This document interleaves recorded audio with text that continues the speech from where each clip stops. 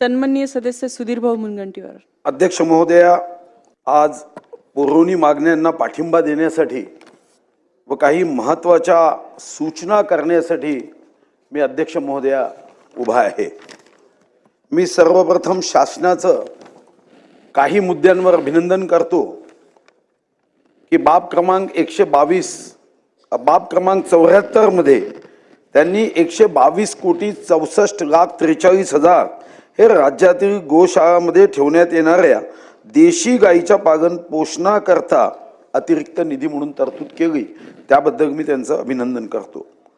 बाब क्रमांक 67 मध्ये आस्थापना खर्च हा AI कृषी क्षेत्रात वापरण्यासाठी जी तरतूद केली, पण यामध्ये थोडासा माझा आक्षेप आहे की या 30 कोटीमध्ये आस्थापना खर्च किती आहे माहीत नाही. तर थोडंसं या संदर्भात आपण माहिती घेतली पाहिजे. कर्जमुक्तीच्या संदर्भात कृषी मंत्री महोदय 30 जून ही तारीख तुम्ही दिली आहे आणि मला विश्वास आहे की मा दोन आईचं प्रेम तुमचं शेतकऱ्यांवर राहणार आहे आणि तुम्ही म्हणजे डबल मा आणि म्हणून तुम्ही 30 जून 2026च्या अगोदर कर्जमुक्ती देण्याच्या संदर्भात निर्णय कराल हा माझा विश्वास आहे. माझी भावना जोडली गेली आहे या विषयाशी, कारण जेव्हा माझ्या पक्षाचा मॅनिफेस्टो करण्याचा कमिटीचा मी अध्यक्ष झालो तर मी हा पहिला मुद्दा घेतला होता.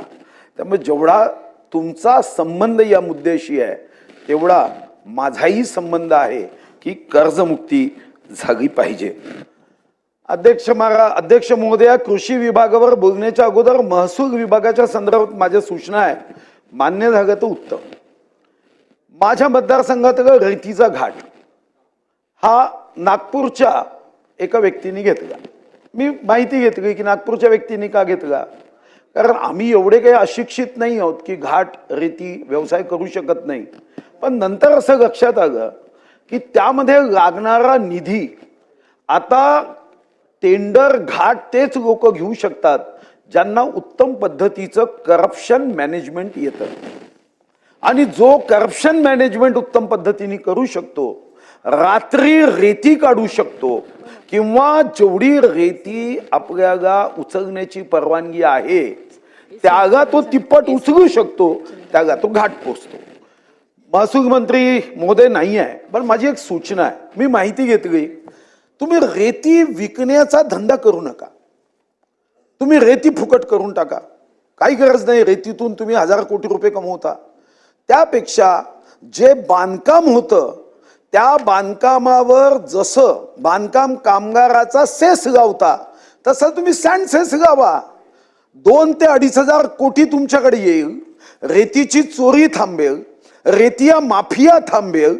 तुम्ही जनतेला चोर बनवण्याच्या ऐवजी एक सज्जन नागरिक बनवाल. अन्यथा एवढ्या लोकांना चोर बनवण्याचा आमची अभिनव कल्पना सुरू आहे. त्यापेक्षा रेती मोफत करा. काही राज्यांमध्ये रेती मोफत आहे, त्याचा फायदा पोलिसांवर ताण येत नाही. किंवा मग दुसरा मुद्दा करा, कारण तुम्हाला रेती मोफत करायचीच नाही आहे, खरं ती मोफत केली पाहिजे. तयार केलं पाहिजे आपल्याला किती ब्रॉस रेती काढायची आहे आणि नियंत्रण केलं पाहिजे. आणि त्याचा सेस बांधकामावर करा ना जेव्हा नकाशा येतो. किंवा दुसरी सूचना अध्यक्ष महोदया, की तुम्हाला मी वारंवार पत्रा माध्यमातून इतर माध्यमातून सांगताय की बेरोजगार आहेत त्यांना एक नवीन व्यवसाय, गाडी पकडली की गाडी 7 दिवसात त्याच्या मालकीची करा. मी वनमंत्री असताना वन विभागाच्या गाड्या जर पकडल्या गेल्या तर सरकार जमा करायचो. इथं तुम्ही त्याच्या मालकीच्या करा, काहीतरी एक करा ना. पण तुम्हाला याची जाणीव आहे, मी स्वतः भुक्तभोगी आहे. माझ्या निवडणुकीत रेती माफियांनी पैसे देऊन मला पाडायचा प्रयत्न केला. ही काय पद्धत आहे? रेती माफिया हे आता राजकारणात काम करणाऱ्या लोकांपेक्षा धनशक्ती मोठी की जनशक्ती मोठी? तर तुमच्या चुकीच्या धोरणांनी धनशक्ती ही मोठी होत आहे, श्रेष्ठ होत आहे. तुम्ही कायद्यात तरतुदी केल्यानंतर सुद्धा तुम्ही एकदा आकडा घ्या.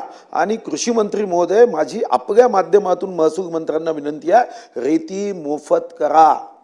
आणि सेस गावा बांधकामावर. तुम्हाला बांधकामाचे नकाशे मंजूर होते, त्याच्यावर सेस गावा. जेवढी रेती तो वापरतो तुम्हाला माहित आहे. 10,000 फुटाचं बांधकाम आहे, एवढी रेती एवढा सेस. साधं गणित आहे. असा उलट हात करून जेवण्याचा प्रयत्न करू नका. दुसरा मुद्दा, मी तुमचं अभिनंदन यासाठी करेल की खरंच मनापासून की तुम्ही एक चांगले कृषी मंत्री आहात आणि मला विश्वास आहे म्हणून मी बोलण्याचाही प्रयत्न करतो की मला माहिती आहे की तुम्हाला जर काही माहिती दिली तर तुम्ही संवेदनशीलतेने त्या माहितीवर काम करता. आता पहिली माहिती काय आहे, इतकी सुंदर पोखरा योजना तुम्ही केली, कृषी समृद्धी योजना सुंदर केली, पण त्या गाडी मालकासारखा आहे. गाडी दिली, ड्रायव्हर द्यायचा नाही, पेट्रोल टाकायचं नाही, इंधन द्यायचं नाही, वंगण द्यायचं नाही, अशा गाडीचा उपयोग नाही होत. मी साधं एक तुम्हाला उदाहरण देतो. मी तुमच्यापाशीच प्रेरणा घेतली. तुम्ही कृषी समृद्धी योजनेमध्ये फर्स्ट कम फर्स्ट सर्व सांगितलं. मी सर्व गावांच्या बैठकी घेतल्या आणि बैठकी घेऊन मी विचार केला की तुम्ही 5,000 कोटी देत आहात तर आपला जिल्हा पुढे राहायला पाहिजे. सी फॉर चंद्रपूर हा सी फॉर चॅम्पियनचा जिल्हा राहायला पाहिजे. आणि म्हणून त्या दृष्टीने जेव्हा केली तेव्हा आधी लक्षात आलं की एक तर कर्मचारीच नाही आहे, मग तुम्ही कृषी मित्र आहे त्यांचे पैसे देत नाही आहे, तुमच्या अधिकाऱ्यांकडे गाड्या नाही आहे, मग गाड्या द्यायचा मी निर्णय केला. मग ते म्हणाले संगणक नाही आहे. मी 22 लाख रुपयाच्या संगणकाचा ऑर्डर काढून साधारणतः 2 ते 2.5 महिने झाले. काय तुमची कल्पना आहे मला माहित नाही. अधिकाऱ्यांकडे प्रस्ताव आहे, संगणक घेण्यासाठी. संगणक हे वेगवान कामाचं गतिमान यंत्र आहे, पण त्याच्यासाठी अधिकारी कासव छाप निर्णयाचा अधिकार वापरतात का? मग कायदा करा ना तुम्ही की जे अधिकारी ज्या शेतकऱ्यांचं अन्न खातात, हे माती गोटे खाऊन जगत नाहीये, सोनं चांदी खाऊन जगत नाहीये, नोटा आणि कागदार खाऊन जगत नाहीये. जर 2-2.5 महिने निर्णय करता येत नाही संगणकाच्या, फक्त आम्ही पैसे दिले आहे त्याच्यावर तुम्ही निर्णय करणार नाही, तर यांना काय शिक्षा द्यायची माहित आहे? एका ठिकाणी बांधायचं, उपाशी ठेवायचं आणि समोर एवढं स्वादिष्ट अन्न मुद्दाम शिजवायचं की त्याच्यानंतर त्यांच्या फाईल कशा वेगाने निघेल लक्षात घ्या. तुम्ही तुमच्या अधिकाऱ्यांना सुधरवण्याचा प्रयत्न करा. काही छोट्या छोट्या गोष्टी आहेत त्याच्यावर निर्णय का होत नाही? दानाचा बोनस द्यायचाच आहे, मग खूप आम्हाला सडवून देण्यापेक्षा आज घोषित करून टाका. 25,000 देऊ शकणार नाही, मागच्या वर्षी 20,000 रुपये दिला. अरे विदर्भातून काही तर आवाज जाऊ द्या. भात उत्पादक शेतकऱ्यांना चिखल तुडवतात ते. जर आम्ही असं चिखल तुडवणाऱ्या भात उत्पादक शेतकऱ्यांना बोनसही जाहीर करायला जानेवारी फेब्रुवारी मार्चची वाट पाहायची का? मागच्या वर्षी 25 मार्चला GR निघाला. अरे काय अडचण आहे? तुम्ही आता भात बाहेर आगा, बाजारात आगा, खरेदी केंद्रावर चागा, तुम्ही घोषणा करा की 20,000 रुपये हेक्टर हे धानाचा बोनस आम्ही या उत्तरामध्ये विदर्भात आगा आहात ना. मग विदर्भाचा शेतकरी आहे, विदर्भाचा साधारणतः 8.36 लाख हेक्टर मध्ये धान पिकवल्या जातो. आपल्या जगातल्या धान उत्पादनापेक्षा आमची सरासरी कमी आहे. तो विषय कधीतरी विस्तृत मांडू. CCI कापूस खरेदी, सर्वात जास्त आत्महत्या म्हणजे आमच्या यवतमाळमध्ये, वर्धेमध्ये आत्महत्या होत आहे. CCI मध्ये इतकं भिजत घोंगडं कसं ठेवू शकतो तुम्ही? तुमच्या सचिवांनी काय केलं? मागच्या वर्षी CCIच्या गुप्तांनी सांगितलं की एवढी आम्ही कापूस खरेदी करतो, यावेळी तुम्हीच पाठवलं पत्र. काही कारण आहे का? कारण नसताना डिवचायचं. तुम्ही सांगितलं की आमचं कापूस उत्पादन इतकं कमी आहे. मी तुम्हाला पुन्हा विनंती करतो की मागच्या वर्षी जेवढी कापूस उत्पादन हेक्टरी धरलं तेवढी खरेदी CCI करायला तयार आहे. तुम्ही CCIच्या CMDशी ताबडतोब उद्याच्या उद्या पत्र द्या की मागच्या वर्षीनुसार हे केलं पाहिजे. या दृष्टीने सुद्धा तुम्ही काम केलं पाहिजे. मी बाकी डिटेल जात नाही, पण 2 गोष्टींवर मी जाणार आहे. एक की विजय केळकर समितीने शिफारसी दिल्या. या विजय केळकर समितीने एक तुम्हाला शिफारस केली, महत्वाची शिफारस आहे. आपल्यापेक्षा छोट्या राज्यांमध्ये कृषी विद्यापीठांची संख्या आपल्यापेक्षा लोकसंख्येच्या अनुपातात जास्त आहे. आमचं राज्य 13.5 कोटीचा 4 कृषी विद्यापीठ आहे. 6 कोटीच्या गुजरातमध्ये 4 कृषी विद्यापीठ आहे. तिथं शेतकऱ्यांच्या आत्महत्या होत नाही. आता कृषी विद्यापीठ म्हणजे काय? आपल्याकडे चुकीचा समज झाला. कृषी विद्यापीठ म्हणजे नोकरीची अर्हता पात्र करणारी डिग्री घेणे म्हणजे कृषी विद्यापीठ. मी तुम्हाला आवाहन करतोय असं कृषी विद्यापीठ करू नका. विजय केळकर समितीने पंजाबराव देशमुख कृषी विद्यापीठाचे 2 भाग करावे असं सांगितलं आणि दुसरा भाग हा चंद्रपूरमध्ये करावा अशी शिफारस केली आहे. माझा आग्रह आहे, आम्ही 1200 एकर जमीन पाहून ठेवली आहे. पण आम्हाला कृषी विद्यापीठ नोकरी देणाऱ्या पदव्यांचं नको आहे. आम्हाला हे कृषी विद्यापीठ पाहिजे ज्या डिग्रीवर तुम्ही याल या पदवीवर कोणतीही नोकरी करता येणार नाही.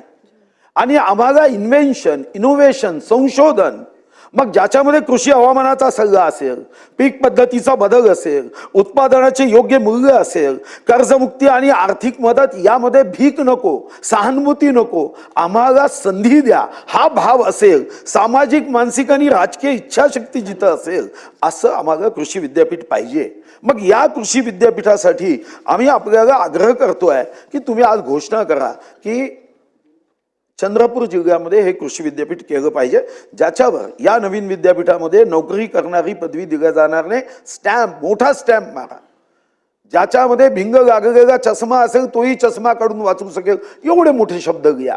पण यामध्ये हवामान आधारित शेतीवर संशोधन, क्लायमेट स्मार्ट ॲग्रिकल्चर, बदलते तापमान, पर्जन्य मान कमी झाल्यावरचं काय, जास्त झाल्यावर काय, नवीन व्हेरायटीज, पाणी व्यवस्थापन, कमी पाणी अधिक उत्पादन, ठिबक, तुषार, नवीन तंत्रज्ञानाचा उपयोग, नैसर्गिक आपत्ती व्यवस्थापन, तंत्रज्ञान आणि डिजिटल कृषी, टेक्नॉलॉजी अँड डिजिटल ॲग्रिकल्चर, याच्यामध्ये ॲग्री आयटीचा उपयोग, एआयचा उपयोग, ड्रोन तंत्रज्ञानाचा उपयोग, रिमोट सेन्सिंगचा उपयोग, पिकांचं आरोग्य, मातीची गुणवत्ता, कीटक नियंत्रण, अचूक माहिती देणारं तंत्रज्ञान, या अशा तत्सम गोष्टी ज्याचं मी एक प्रेझेंटेशन तुम्हाला, डिजिटल विस्तार असेल, स्मार्ट फार्मिंग मॉडेल्स असेल, मी तुम्हाला देतो. फक्त आज एक घोषणा करा, कोणाला विचारू नका. मी तुम्हाला एक गोष्ट मंत्री म्हणून सांगतो, हे पद येतं आणि जातं, त्याचं मी स्वतः भुक्तभोगी आहे. पण उद्या चंद्रपूरमध्ये कृषी विद्यापीठ झालं तर तुमचा एक इतका सुंदर स्टॅच्यू मी उभा करेन की बारामतीचे लोक आणि इंदापूरचे लोक तिथं पाहायला येईल की हमारा मामा भरने क्या स्मार्ट दिखता है. पण त्यासाठी स्मार्ट निर्णय करावे लागतात आणि त्यासाठी कृषी विद्यापीठ हे आपण घोषित करावं अशी, आणि विजय केळकर समितीचा जो अहवाल, याच पूर्व विदर्भ आणि विदर्भाच्या अनुशेषाच्या संदर्भात सत्यशोधन समितीने दिलेला अहवाल आहे. बाकी तर अटीवर आपण नंतर बघू, पण आज ही अट मान्य आहे असं सांगून विदर्भाचं जे मीठ तुम्ही 3-4 दिवस खाल्लं त्या मिठाला जागा, त्या मिठाला तुम्ही जागा आणि चंद्रपूरला तुम्ही हे कृषी विद्यापीठ द्या. आणि मी तुमचं रोज एक अभिनंदन पत्र 365 दिवस पाठवेन. धन्यवाद.